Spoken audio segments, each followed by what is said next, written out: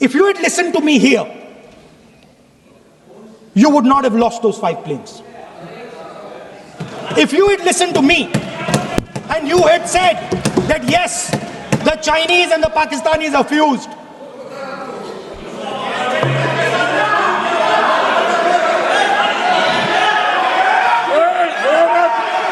sir,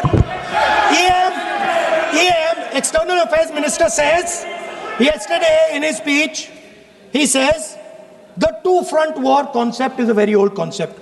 I don't know what he's talking about.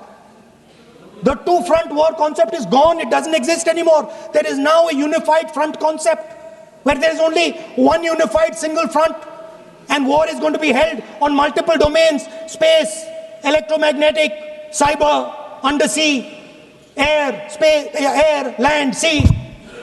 So he does not even understand the basics of warfare. He's talking about two-front. That ship has sailed long ago.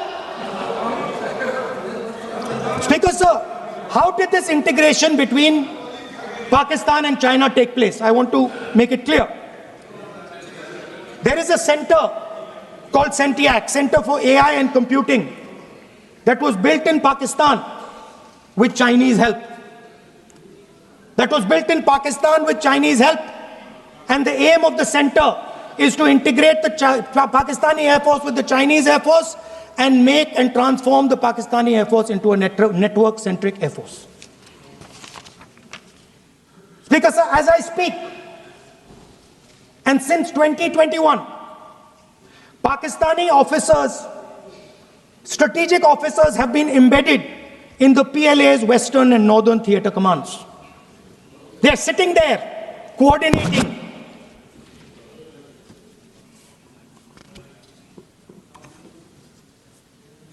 So it is important to understand that you did not have political will, that you did not give freedom of maneuver.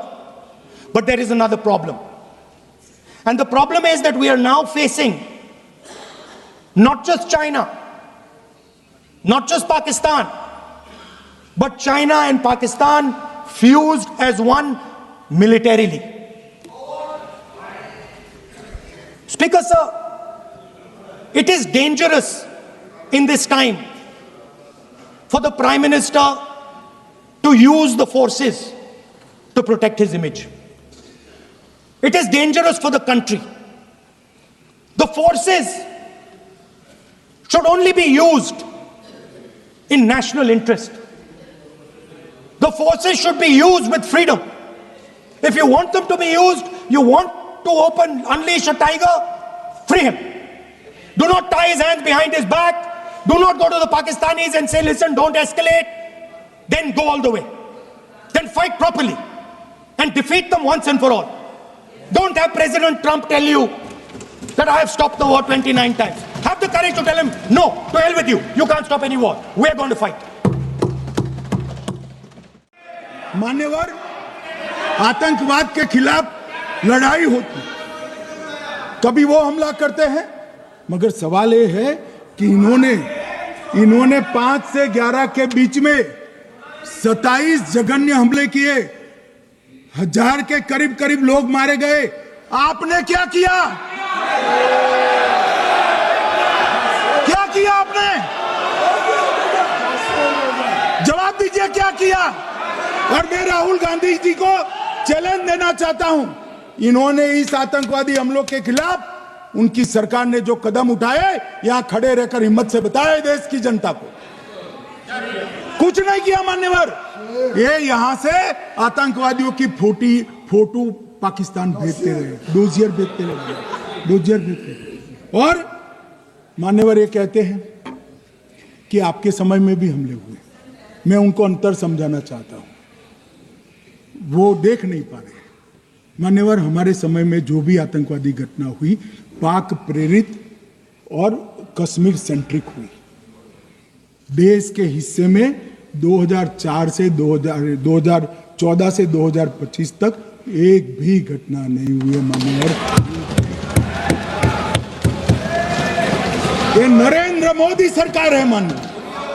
और कश्मीर में भी आज स्थिति ऐसी हुई है, उनको पाकिस्तान से आतंकवादी भेजने पड़ते हैं कश्मीर में आतंकवादी अब हमारे नहीं बनते मान्यवर।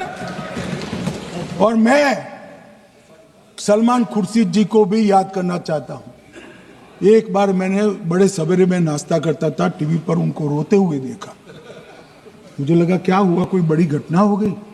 तो रोते रोते वो श्रीमती सोनिया गांधी के घर से बाहर आ गए कि बाटला हाउस की घटना देखकर सोनिया जी फूट फूट कर रो पड़ी।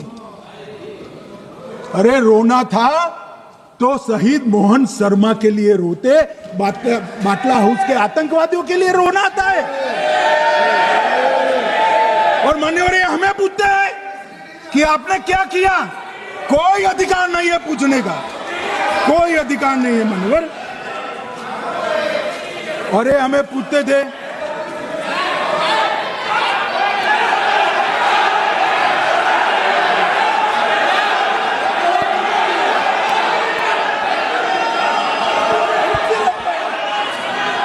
मान्यवर अभी 25% बाकी।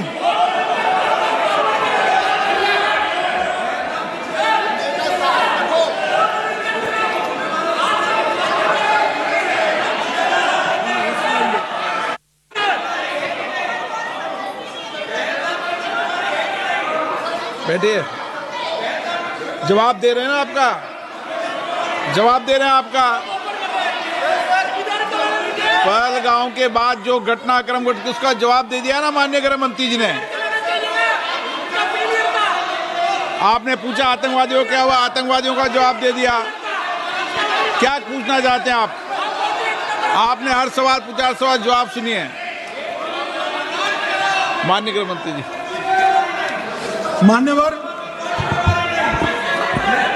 मान्यवर इन लोगों को कल ऐसा था कि ये जो बेसरन के गुनहगार है वो पाकिस्तान भाग गए, तो बड़े आवाज से पूछते थे भाग गए भाग गए भाग गए, गृह मंत्री क्या करता है, जिम्मेदारी ले। हमारी तो सेना ने ठोक दिया, सीआरपीएफ ने ठोक दिया मान्यवर। अब मेरा तो जवाब बनना ना देता है ना वो मांगना बनता है, मगर मैं उनको कुछ पूछना चाहता हूं।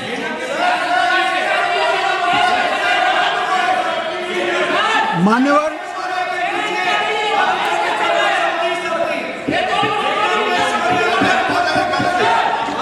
प्लीज, मारेगी तो सेना ही ना, सेना अब ऐसे भी मारेगी ना, तो वो भी ये कह रहे हैं सेना और सीआईएसएफ ने मारा।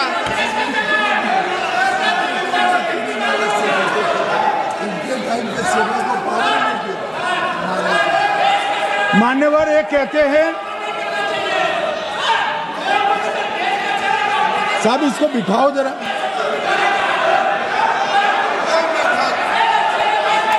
हाँ प्लीज बैठिए बैठिए बैठिए बैठिए बैठिए।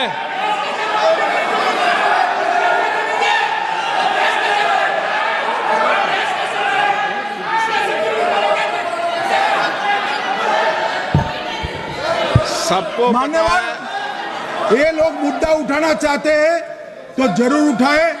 मैं आज सुबह ही सलमान खुर्शीद जी का वो इंटरव्यू मेरे मोबाइल में रिजर्व कर आया हूं। आप जब भी कहोगे ये पूरे टीवी पर बताने के लिए मैं तैयार सेव कर आया हूं। इनकी इच्छा है तो कल एक समय तय करिए, यहां बता दीजिए चारों टीवी में, और देश की जनता भी देख लो।